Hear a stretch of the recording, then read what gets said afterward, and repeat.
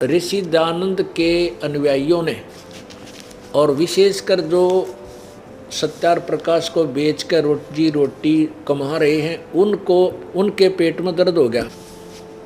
अब दयानंद जी के जो अनुयायी हैं विशेषकर वो जो सत्यार प्रकाश को बेच के अपना काम चला रहे हैं और वेदों को बेच करके अपनी दुकान चला रहे हैं, या फिर सत्यार प्रकाश की महिमा बताकर दुनिया को अपने पीछे लगा कर महर्षि आचार्य गुरु पद पर विराजमान है, उनको समस्या आ गई कि ये तुम्हारे चेले सब भागेंगे और तुम्हारी दुकानें बंद होंगी।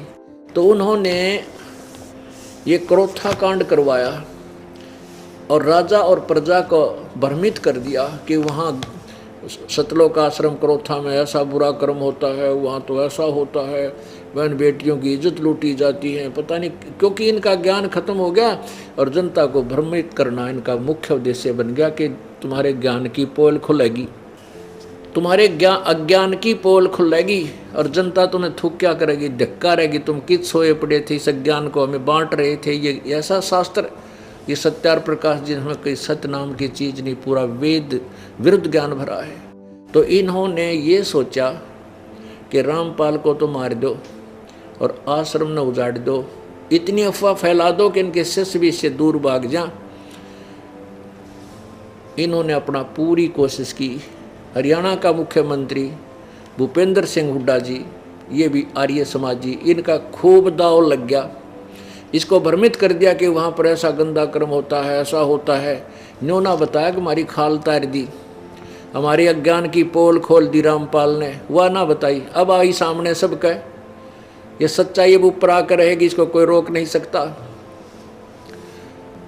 इनने तो अपने कर्म बिगाड़ लिए, अपने भाग फोड़ लिए, संतों और भक्तों को सता करके और परमात्मा का विरोध करके। ये कर कुछ नहीं सकेंगे, परमात्मा के सामने इनकी कोई अस्तित्व नहीं है, इनकी बिरान माटी होगी।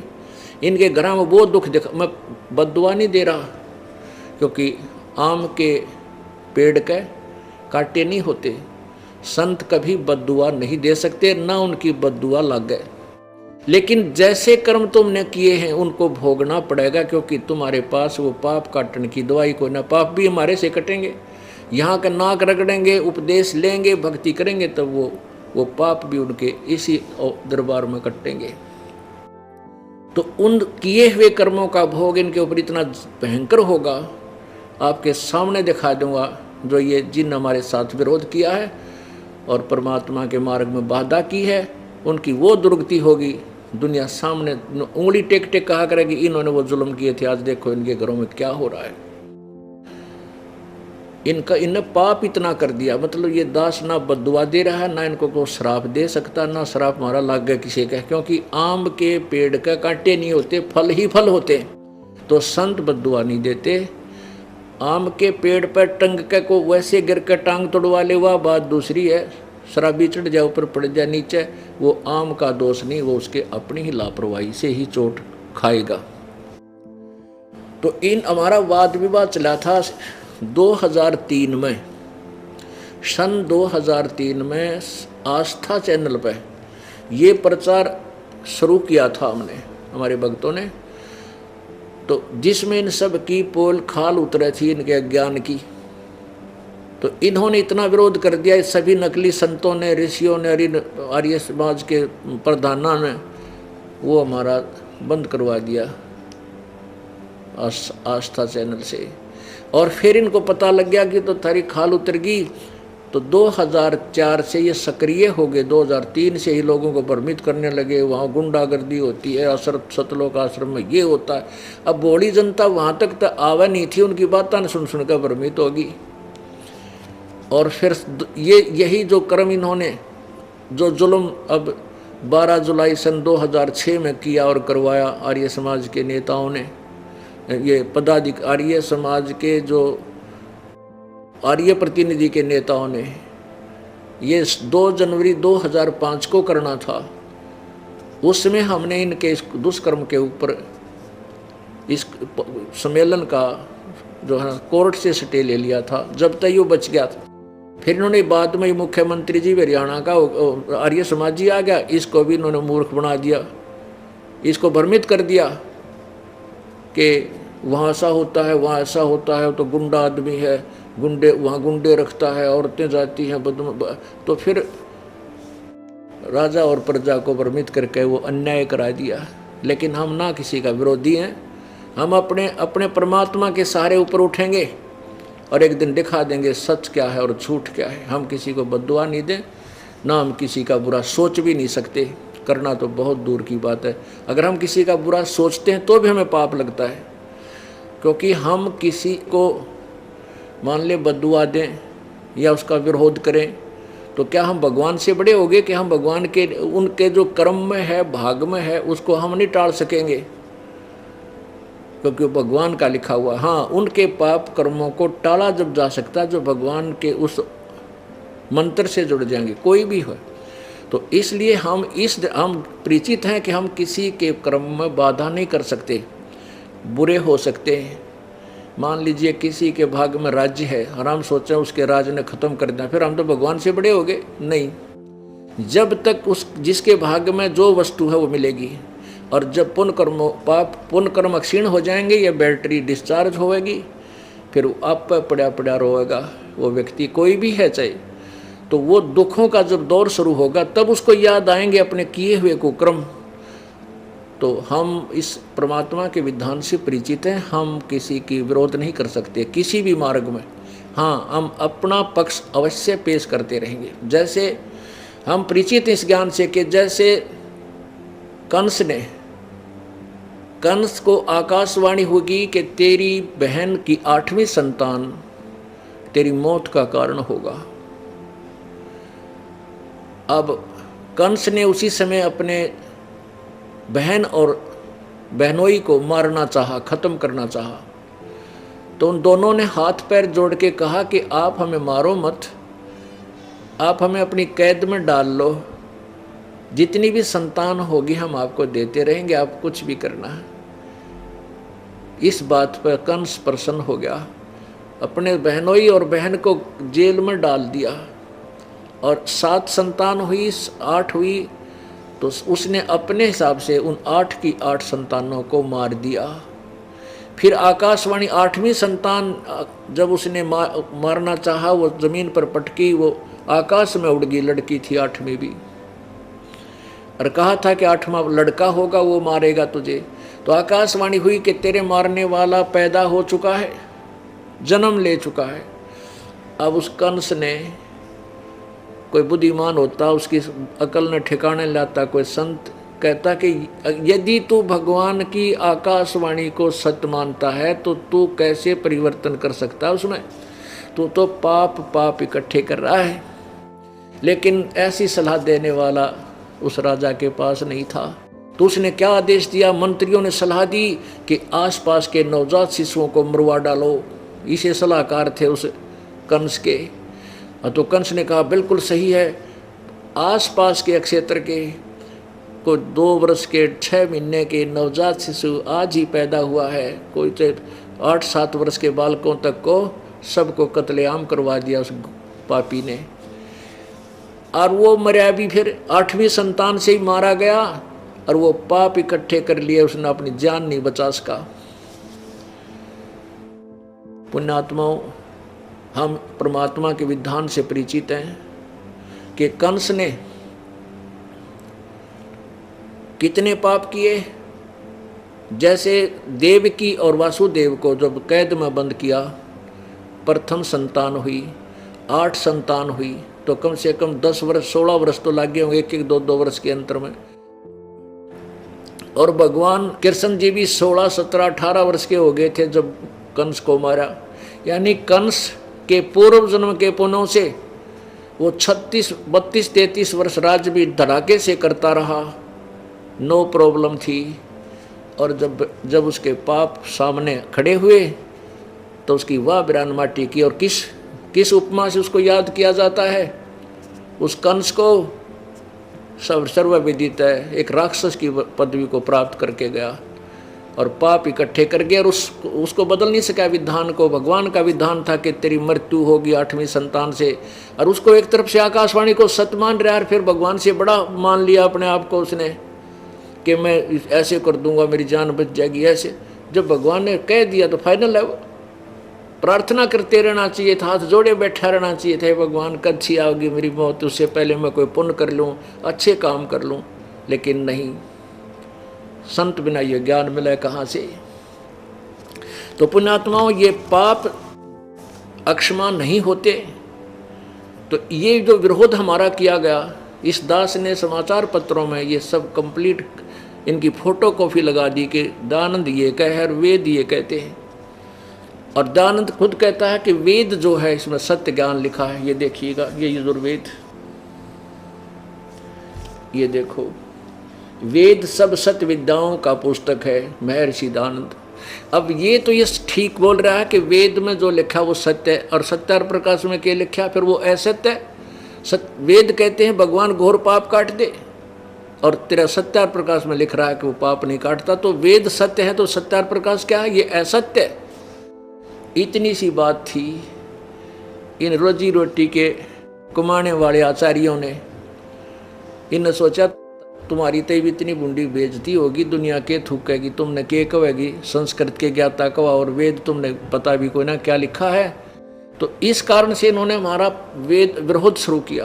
पहले तो समाचार पत्रों में वाद प्रतिवाद हुआ, वो तो अच्छी बात थी, लेकिन ये झूठे इतने हैं। उसमें कहते थे कि जो रामपाल ने लिखा है कि 8वें यजुर्वेद के 8वें अध्याय के 13वें मंत्र में पाप काटने का लिखा, कहते तो मित्र के बारे में लिखा, भगवान के बारे में नहीं। अब जन साधारण तो इतना प्रभावित है इस दयानंद जी की थ्योरी के सुनी सुनाई महिमा से कि महर्षि दयानंद जैसा विद्वान नहीं, वेदों का ऐसा उनके सिवा वेदों का जानने वाला नहीं। तो इस कारण से जन साधारण के मन में यह बात घर करी रही कि रामपाल तो संस्कृत नहीं जानता और दयानंद जी संस्कृत के विद्वान पुरुष थे, वो ही वेदों को सही जान सके, इसलिए रामपाल झूठ बोल रहा। तो यह जचगी जनसाधारण के। तो इस अज्ञान को हटाने के लिए दास ने प्रोजेक्टर का सहारा लिया कि आपको आँखें दिखा दूं कि दास आज तो सब शिक्षित हैं, अनुवाद ये करके गए हुए हैं, इसमें संस्कृत की हमें जरूरत है कौन पढ़ने की, और कहीं त्रुटि है तो हम संस्कृत में भी देवनागरी लिपि है, हम उसको पढ़ भी सकते हैं, शब्दकोश से मिला भी सकते हैं, उसका अनुवाद स्वयं भी कर सकते हैं, क्योंकि हमारे पास तत्व ज्ञान है। तो पुण्यात्माओं, फिर न देखा कि तो किसी तरह काबू में नहीं आता, तो फिर सोचा आश्रम नष्ट करो और इसको बर्बाद कर दो, इतनी झूठ बोल दो कि जनता इनसे नफरत करे, इनके शिष्य भी भाग जाएं। फिर इनको पता नहीं था कि मैंने ऐसे रंग में तोते की तरह रटा रखे मेरे बच्चों को, ये पृथ्वी इधर से उधर हो सकती है, ये मेरे से दूर नहीं हो सकेंगे, क्योंकि ऐसा ज्ञान पृथ्वी पर है ही नहीं, ये जाएंगे कहाँ। बंदी छोड़ दयाल जी तुम तक हमारी दौड़े, जैसे काग जहाज का भाई सूझे और नठोर। तो इस ज्ञान के समझने के बाद ऐसी दशा हो जाती है भक्तात्मा की कि जैसे समुद्री जहाज के अंदर काग बैठकर चले जाते थे कौवे बहुत दूर तक, सुबह उनको पत्थर मार कर उड़ा दिया करते थे जहाज के चालक, ये देखने के लिए कि हम अपने जहाज की दिशा ठीक जा रहे हैं या नहीं, क्योंकि कौवे में एक विशेष गुण दिया प्रभु ने कि वो रात्रि के समय, शाम के समय जहाँ से चला था सारी रात चल करके आगे सुबह दिन के समय वो फिर उसी तरफ गति करता है, फ्लाई करता है जहाँ से वो चले थे। इससे वो अपनी दिशा का आइडिया लगा लेते थे जहाज के चालक कि हम ठीक चल रहे हैं, हमारा दिशा सूचक ठीक काम कर रहा है या नहीं। तो फिर वो उन्होंने जो कौवे को उड़ा दिया था अपनी दिशा चेक करने के लिए, वो कुछ देर तो उड़कर चल लेता है, फिर उसने देखता जहाँ देखकर समुद्र ही समुद्र है, समुद्र ही पानी ही जल है, तो उसको कहीं और ठिकाना बैठने का दिखाई नहीं देता, वापस उस जहाज पर आकर ही वो बैठ जाता है। तो ऐसे परमात्मा कबीर जी कहते हैं कि जब आपको ये तत्व ज्ञान हो जाएगा, जब आपकी आत्मा से पुकार ये ऐसे निकलेगा कि हे बंदी छोड़ दयाल जी तुम लग हमरी दौड़, और जैसे काग जहाज का अब सूझ जाए और निठोर। पहले से ज़्यादा शेष हो गए और पुराने वाले ज्यों के तो 100% परमात्मा के चरणों में बैठे हैं, और पहले से बड़ा आश्रम बना दिया बच्चों ने। परमात्मा की कृपा से।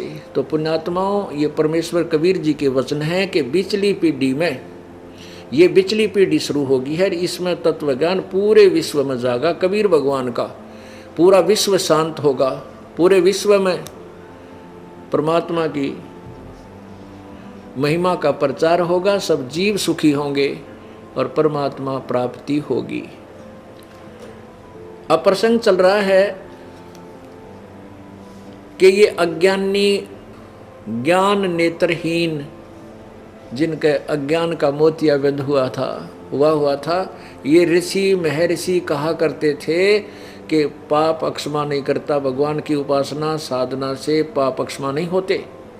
और हमारे वेद जो सत्य हैं, सत्य शास्त्र, वो कह रहे हैं पाप परमात्मा तो गौर पाप न काट दे।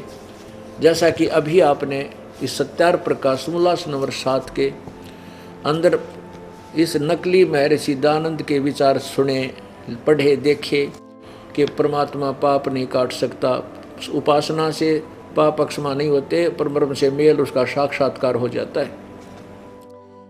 अब यहाँ प्रसंग चल रहा था कि हमारा वाद विवाद समाचार पत्रों में जब चला तो इन झूठे और कपटी इन आचार्यों ने जो विरोध कर रहे थे हमारा, उन्होंने यहाँ तक मिसगाइड करने की चेष्टा की कि 8वें अध्याय के 13वें श्लोक में जो रामपाल ने लिखा है, सर्वे के मित्र, उपकार करने वाले मित्र, तो वो तो लिखा तो वहाँ ऐसा ही है, लेकिन उसमें परमात्मा के विषय में नहीं लिखा, मित्र के बारे में लिखा कि मित्र पाप नाश कर देता है।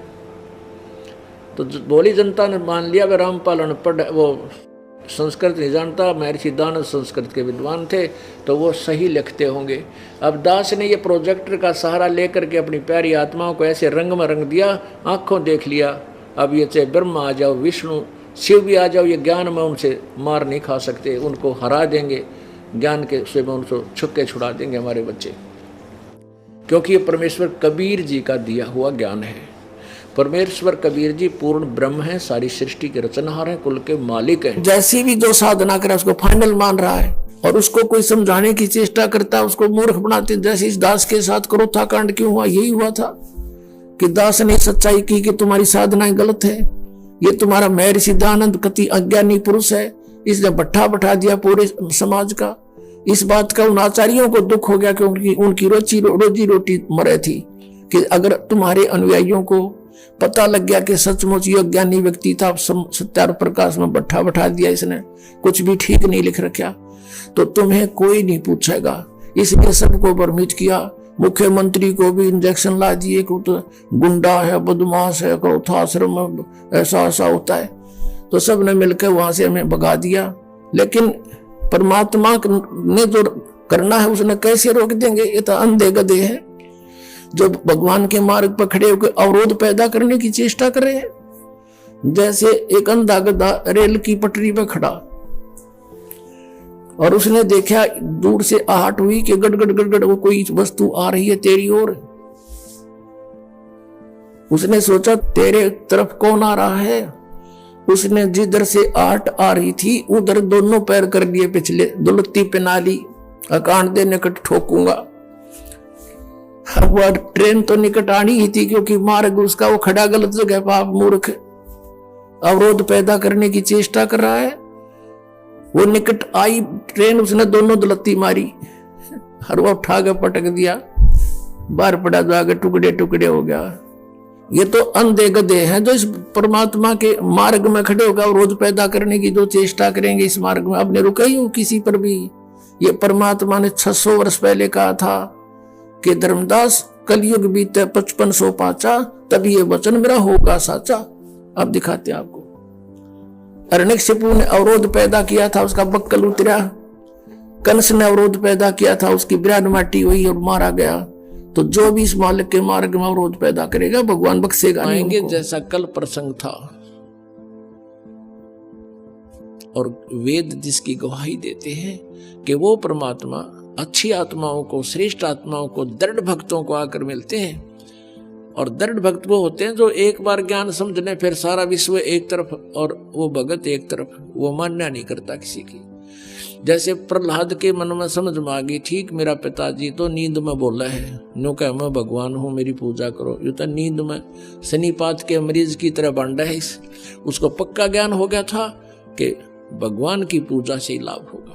तो उसने सैकड़ों यातनाएं दी अपने पुत्र को, लेकिन प्रहलाद टस से मस नहीं हुआ। और पुण्यात्मा यही सती थी अब हुई, ये क्रोथा कांड हुआ। इसका कारण यही था कि नकली संतों ऋषि आचार्यों की दुकानें बंद होने के कागार पर आ गई। उनको यह डर था कि कहीं जनता को पता ना लग जाए सच्चाई का और तुम्हें थूकें धक्कारें। अगर तुम इसे आचार्य थे, तुमने कह का भी नहीं पता कहाँ के गुरु थे। उन्होंने राजा और प्रजा को भ्रमित करके कितना जुल्म ढा दिया, कितनी झूठ बोल दी, कितनी बकवाद कह दी कि वहां ऐसा होता है ऐसा होता है। लेकिन आप जी प्रहलाद के रोल पर थे। आपने उस समाज और उस झूठे आचार्यों की और इस झूठे मीडिया की कतई नहीं सुनी। आप टस से मस नहीं हो सके आपने प्रहलाद वाला रोल किया है। नहीं इतनी बुंडी सुनकर घर के भी दूर भाग जाए जो हमारे बारे में अफवाहें फैलाई। तो पुण्यात्माओं, यह परीक्षा थी परमात्मा की कि मेरे बच्चे मुझे कितना पहचान सके हैं। क्योंकि 1994 से लेकर 2006 में युकांड हुआ था। 1994 से लेकर 2006 तक 12 वर्ष लगभग हो गए। इन 12 वर्षों के अंदर परमात्मा ने ये देखना था कि ये बच्चे मुझे कितना पहचान चुके हैं। क्योंकि आज से 600 वर्ष पहले परमात्मा ने एक परीक्षा की थी। एक वैश्या को, सुप्रसिद्ध वैश्या को हाथी पर बैठा के और हाथ में गंगा जल लेकर बोतल में और मुंह का लगा के और उस वैश्या को हाथी पर बैठा के पूरे बाजार में घूम गए। जब 64 लाख शेष हो गए थे परमात्मा के, तो परमेश्वर कबीर जी ने देखना चाहा था कि ये मुझसे कुछ परिचित भी हैं या सुख ही नहीं मिल रहे हैं इसलिए मुझे भगवान मान रहे। तो उसमें क्या हुआ कि सभी के सभी इस लीला को देखकर 64 लाख के 64 लाख भगवान से विमुख हो गए। लोक वेद सुनकर दुनिया कहने लगी, देख थारे गुरुजी ने कितने निकम्मे हैं, ये कैसा जुल्म कर रहे हैं, सरेआम वैश्यावर्ती कर रहे हैं, शराब पी रहे हैं, वैश्या को साथ लिए। अब वो मूर्ख थे। परमात्मा कहा करते रहे, निकम्यों जब तुम्हें सुख होते थे, थारे दुख दूर होते थे, तुम्हारी जुबान का थूक सूख जाता था। मेरी महिमा गाते गाते जनता के सामने भगवान आए हैं, हम ऐसे दुखी थे, सुखी कर दिए। और आज मैं इतना गंदा हो गया कि शराब भी पीऊं और वैश्यावर्ती भी करूं, तुम्हारी इतनी बुद्धि भी काम नहीं करी, जाओ पड़ो बाढ़ में। यही देखना चाहते थे परमात्मा। तो पुण्यात्माओं, आज उससे भी बुरे आरोप हम पर लगाए, लेकिन मेरे बच्चा एक भी टस से मस नहीं हुआ, क्योंकि ये परिचित हो चुके थे भगवान से। तो इस शिक्षा का हमें ये लाभ हुआ है कि हम भगवान को पहचान रहे हैं। यह परीक्षा थी। और अब देखना ये विस्तार कितनी स्पीड से विश्व में जाएगा। हमारा उद्देश्य है कि सब मानव समाज इस तत्व ज्ञान से परिचित हो और जिससे ये माया की दौड़, माया की हाहाकार मच रही है, इसके पाने के लिए ना भाई देखता, ना बेटा देखता, ना माँ, ना कुछ। भाई बहन का आपस में रोज लड़ाई रहती है, झगड़े बढ़ गए हैं, पैसा कमाने के लिए रिश्वत है। तेरा गजब है। समाचार पत्रों में सुनते हैं, राजा लोग रिश्वत लेते हैं, जज लोग रिश्वत लेते हैं। आग लगी फिर रह गया कि इस पृथ्वी पे फिर कौन जीव बचेगा। पुण्यात्माओं, कितने तक कानून बना लियो, ये सरकारें कति कोई लाभ नहीं होगा। इस अध्यात्म ज्ञान से जीव को हेट हो जाएगी इन गंदे कर्मों से। उसको पता लग जाएगा कि कहाँ रखूंगा इस धन को, कि आग लाऊंगा, ये पाप मेरे साथ रहेंगे और माया मेरे साथ रहेगी नहीं। तो इस आधार से पूरे विश्व में शांति होगी। हम भगवान की भक्ति में बहुत समय लगा सका करेंगे। अब तो दिन रात माया जोड़न की तगड़मबाजी फार्मूले याद रखें हम कैसे धन जुड़े, और धन वही मिलना जितना भाग्य में, उससे अधिक मिल नहीं सकता। और परमात्मा कबीर जी की शरण में आने के बाद आपके भाग्य में ना होगा तो भी देगा। अब परमात्मा कबीर जी कहते हैं जैतन राजपाट भी चाहिए। हमारा खेड़े वाले ये कहते हैं कबीर साहब ने पाखंड का नाश किया और ये पाखंड को बढ़ावा देते हैं। अब दिखाता हूँ दामा खेड़ा वालों की थोड़ी सी झलक देते हैं। इन्होंने समाधि पूजा बना रखी है, वहाँ पर नारियल फोड़ते हैं और श्री प्रकाश मुनि नाम साहिब को एक परम संत जान के इसके स्वागत के लिए नाचते हैं, गाते हैं, ड्रामा करते हैं, ये सांग करते हैं सत्संग। ये संतों के लक्षण है। कबीर परमात्मा कहते हैं नाचे गाए किन्हें ना मिलिया, जिन मिलिया तिन रोए। और नाचे गाए हरी मिले तो कौन दो आगण हो। अब ये जितने भी पंथ हैं ये इनकी जड़ दिखा दी दास ने। जैसे पहले हम छोटे छोटे थे, वर्षा के दिनों में ये पौधे उग जाते थे, आम के पौधे की तरह, नीम का पौधा। तो हम क्या करते थे, उन पौधों को वहाँ ऐसे बहुत ज़्यादा उग जाते थे एक स्थान पर, उनको वहाँ से निकाल कर मिट्टी से अपने खेतों में दूसरे स्थानों पर लगाने के लिए लेकर चलते थे। और किसी पौधे की मिट्टी हट जाती जड़ों की तो दूसरे ये कहा करते तेरे पौधे की जड़ राम ने देख ली, अब यूं ना लगे सूखेगा। तो वो ऐसा ही होता था, क्योंकि एक खेत से दूसरे खेत में जाते थे 1.5 घंटा लग जाता, वो जड़ा मिट्टी थी नहीं, वहाँ लगाते हो सूख जाता। तो दास ने इन सभी पंथों की जड़ दिखा दी राम ताई, अब ये सारे सूखेंगे। इस पूरे एपिसोड में श्री प्रकाश मुनि जी दामा खेड़ा वाले ने और श्री पंथ अर्धनाम जी बनारस लहर तारा वाले ने, श्री मधु परमहंस जी रांजडी वाले ने ये क्या स्पष्ट किया है, ये परमात्मा को भिन्न मानते हैं परम पुरुष को, और कबीर साहब को केवल एक सतगुरु मानते हैं। ये परमात्मा को निराकार मानते हैं, जबकि परमात्मा आपके समक्ष बता दिया कि साकार है। वो स्वयं परमात्मा कबीर जी ही पूर्ण ब्रह्म है, परम अक्षर ब्रह्म है, वो परम पुरुष है। और दूसरा, ये स्वयं अपने आप को कहते हैं हम ब्रह्म होकर ब्रह्म की खोज करें।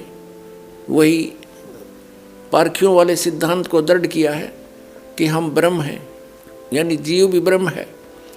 तो फिर खोज किसकी करें, फिर किस लिए सांग जोड़ रखा है। फिर अगर ये सारा संसार जो दिखाई देता है यही सब कुछ है, तो कबीर साहब ने क्या जरूरत थी सतलोक से आने की और इतना ज्ञान देने की। तो ये पथ भ्रष्ट है, इनके पास बिल्कुल ज्ञान नहीं है। ज्ञान इस दास के पास है। और रह कर इस सत्संग को सुनो, बार बार सदग्रंथों को देखो, इनसे बचो और सतलोक आश्रम बरवाला इसार हरियाणा में और अपना कल्याण कराओ। सत साहिब इस दानंद तो कुछ भी मानते रहो, पर वेदों का नाम लेकर भी क्यों झूठ बोलते हो तुम। सत्यार्थ प्रकाश झूठार्थ प्रकाश है। महर्षि दानंद 1 नंबर का झूठा और अज्ञानी व्यक्ति था। ये देखिएगा, महर्षि दानंद परमात्मा को निराकार मानते हैं, एक देश में रहने वाला नहीं मानते हैं। ज्ञान को सुनना चाहिए, गहराई तक जाना चाहिए, निष्कर्ष निकालना चाहिए, फिर अच्छा लगे तो स्वीकार करो, ना छोड़ देना चाहिए। पहले ही विरोध करने लग जाते हैं, झगड़ा ठान लेते हैं। ये क्रोथा कांड इसी का कारण था। इन दुष्ट लोगों ने अपनी दुकानें बंद होती देख कर ये जुल्म करवा दिया, झूठे प्रचार करवाया और 21 महीने तक इस प्रचार को बंद करा दिया। कीड़े पड़ा कर इसे व्यक्तियां का तुम्हारे सामने दिखा दूंगा ऐसे जालिम लोगों को। आप बुराई करें, अपने चंदा इकट्ठा करने के चक्कर में उन जनता से कोई लेना देना नहीं, कोई भाड़ में जाओ। और एक परमार्थ का काम शुरू होता है, परमात्मा ने आके शुरू किया था, उनका इतना विरोध करा दिया था इन नकली गुरुओं, ब्राह्मणों, ऋषि मंडलेश्वरों ने, काजी और मुल्लाओं ने जीना हराम कर दिया था। लेकिन वो तो समर्थ थे, वो अपनी छाप छोड़ गए। उस समय ये अनमोल रतन देगे हमारे को, सुख संवेद देगे, जो जिसके सहारे आज दास ऊपर उठ रहा है। और इसके विषय में बताया है कि और ज्ञान सब ज्ञान डी, कबीर ज्ञान सो ज्ञान, और जैसे गोला तोब कायब करता चले मैदान। परमात्मा का ऐसा ज्ञान है, ऐसा निर्मल ज्ञान है, ये निर्मल करे शरीर, और ज्ञान सब मंडलीक है ये चकव ज्ञान कबीर। और ज्ञान तो मंडलीक है, सीमित है, डिविजनल है, अक्षेत्रीय है। और चकव माने चक्रवर्ती, all round, complete in all respect, complete spiritual knowledge जो कबीर भगवान ने दिया है वो ज्ञान चकव ज्ञान, चकव माने चक्रवर्ती ज्ञान है उस कबीर साहब का। ऐसा निर्मल ज्ञान है, निर्मल करे शरीर। और ज्ञान मंडलीक है, मंडलीक माने डिविजनल, अक्षेत्रीय। और ये चकव ज्ञान कबीर, चक्रवर्ती ज्ञान है उस कबीर भगवान का, जो सभी सदग्रंथों में प्रमाण है। तो वो क्या बताते हैं, चारों युग में मेरे संत पुकारे, को के कहा हम हेल रे, हीरे माणिक मोती बरसे, ये जग चुगता ढेल रे। क्या बताते हैं कि चारों युग में जिन महापुरुषों को मैं मिला हूं, कबीर भगवान बताते हैं, क्योंकि ये चारों युगों में आते हैं भगवान परमात्मा। गरीबदास साहिब जी का मूल गांव है करौथा, जहां पर अपना एक छोटा सा आश्रम था, जो इन दुष्ट लोगों ने सुहाया नहीं, जिनकी रोजी रोटी बंद हुई थी झूठों की। और वहां झूठा प्रचार करके जनता को भ्रमित किया, मुख्यमंत्री को भ्रमित किया, क्योंकि वो भी आर्य समाजी है। और दास के ऊपर झूठे आरोप लगा लगा के और झूठे केस में जेल में डाल दिया और उसको आश्रम को ग्रहण कर लिया। फिर भी परमात्मा कहते हैं कि साच को आंच नहीं होती। पुणात्मा आई कोर्ट ने हमारे हक में फैसला कर दिया। सन 2009 में मुख्यमंत्री आर्य समाजी और आर्य जो हमारा विरोध कर रहे थे, आर्य प्रतिनिधि सभा हरियाणा वाले, वो दोनों मिलकर सुप्रीम कोर्ट पहुंच गए। देख इनकी अकल मारी जा रही। कोई बात हो, अरे हम तो सत्य और असत्य की लड़ाई लड़ रहे हैं, ज्ञान और अज्ञान का झगड़ा, ज्ञान का जवाब ज्ञान से देना चाहिए। अब सुप्रीम कोर्ट में ऐसा मुंह पे थप्पड़ मार दिया परमात्मा ने उनके 8 वकील, 6 तो सरकार के, 2 उनके टॉप मोस्ट वकील कर रखे।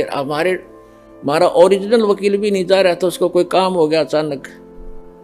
और परमात्मा के बच्चों को आश्रम दिवा दिया। इससे बड़ा चमत्कार पुण्यात्मा कोई नहीं हो सकता।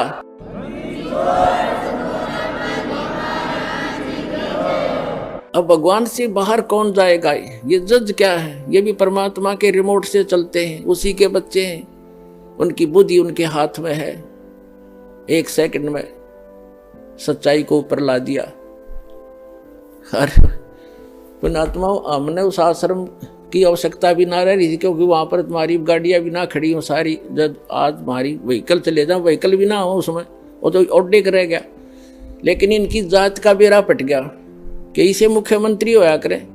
राजा को चाहिए दोनों तरफ की बात सुनकर जब डिसीजन लेना चाहिए। एक तरफ जुआ जुड़ जा, तो ये कलयुगी राजाएं हैं। पुराने राजाओं का आप हिसाब लाओ। रामचंद्र जी राजा थे अयोध्या के, वो किसी मंत्री या किसी अपने साथी की बात में विश्वास नहीं करते थे, भगवान से डरने वाले थे। यदि कोई ऐसी जटिल समस्या होती, वे स्वयं वेश बदल कर जाया करते थे और निष्कर्ष निकाल कर निर्णय लिया करते थे। राजकाल के राजा उनकी पार्टी के 2 बात कह दे, फलाना ऐसा है, दकड़ा ऐसा है, कर दो उसका नाश। लेकिन हमारे साथ भगवान है, हमारा विरोध करने वालों का नाश हो जाएगा। भगवान के बच्चों का नाश आज तक हुआ नहीं, हर ना होगा।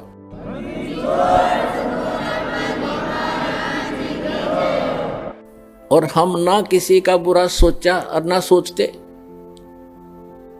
तो पुण्यात्माओं, ये गंदा लोक है। और अब और गंदे विचार हो गए हमारे, भगवान से डर रहा नहीं। और जब तक ज्ञान नहीं होगा अध्यात्म, तो भगवान से डरना छोड़ देता आदमी, और तभी मार खाता है। हमारा एक छोटा सा आश्रम था, इन दुष्टों को सुहाया नहीं, क्योंकि इनके ज्ञान की खाल उतार दी दास ने, अज्ञान की।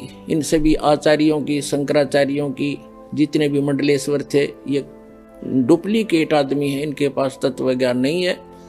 और ये महर्षि दयानंद हे भगवान, इतना नकली आदमी, इसका कोई ज्ञान प्रमाणित नहीं, इसकी कोई गृहणी करनी स्वस्थ नहीं, और इसको मैं ऋषि मान करके आज तक हम आदर की दृष्टि से देखा करते थे।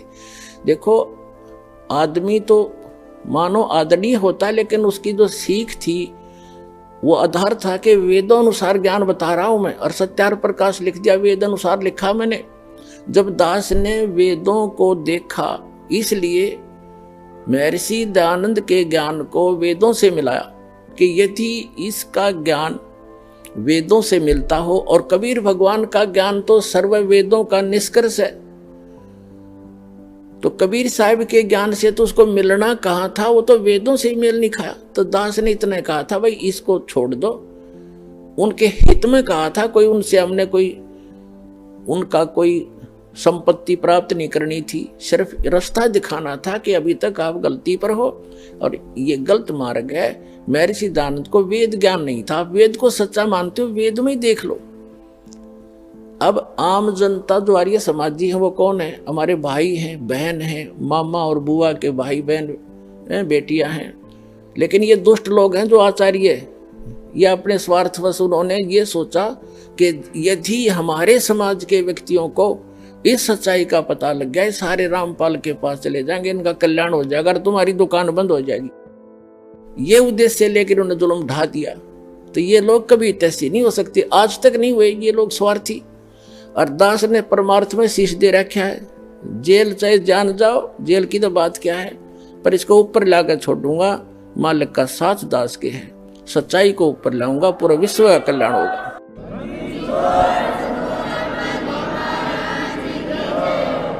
एक भक्त बता रहा था, बोला जी एक सतलोक आश्रम क्रोध था जो हमारा नहीं दे रहे, इनके साथ ऐसे बनेगी। एक व्यक्ति था, उसने कोई गलती कर दी तो पंचायत हुई, उसने फैसला कर दिया भाई 100 रुपये जुर्माना कर दे और चाहे 100 प्याज खा ले, इनमें से एक सिलेक्ट कर ले। वो बोला मैं प्याज खा लूंगा 100, वो ना खाएगे 20-30 खा गए। फिर तीसरा ऑप्शन रखा था, चाहे जूते खा ले 100, इन तीनों में से कोई एक सिलेक्ट कर ले। नो बोला मैं जूते खा लूंगा, प्याज नहीं खाए। 2-4 अच्छे लगते जूते भी, नाट के जूते नहीं खाओ, 100 रुपये दे दूंगा। तो उन्हें प्याज भी खाए, जूते भी खाया, तो आखिर में जुर्माना भी देना पड़ा, दिया, पांडा छूटा। तो इन गेला न्यो बनेगी।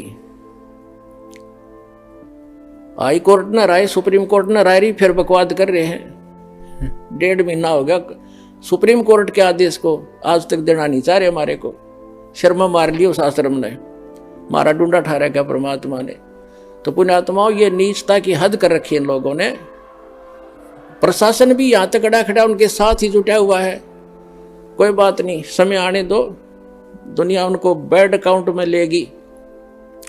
इनने इतिहास बुरा कर लिया, आने वाले समय में कंस और रावण को भूल जाएंगे, इस मुख्यमंत्री को याद किया जाया करेगा उनके स्थान पर।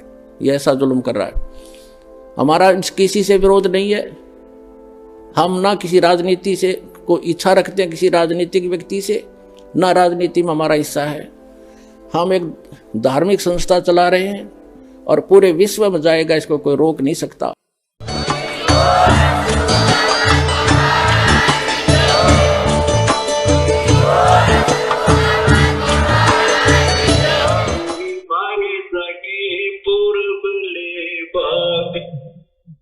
आज गुरु तरस दिखाए सखीरी मारे सगे पूर्वले भाग, आज गुरु तरस दिखाए कह कमाली कबीरा जी की बाली, कह कमाली कबीरा जी की बाली, सखीरी मोहे मिल गया अटल सुहाग, आज गुरु तरस दिखा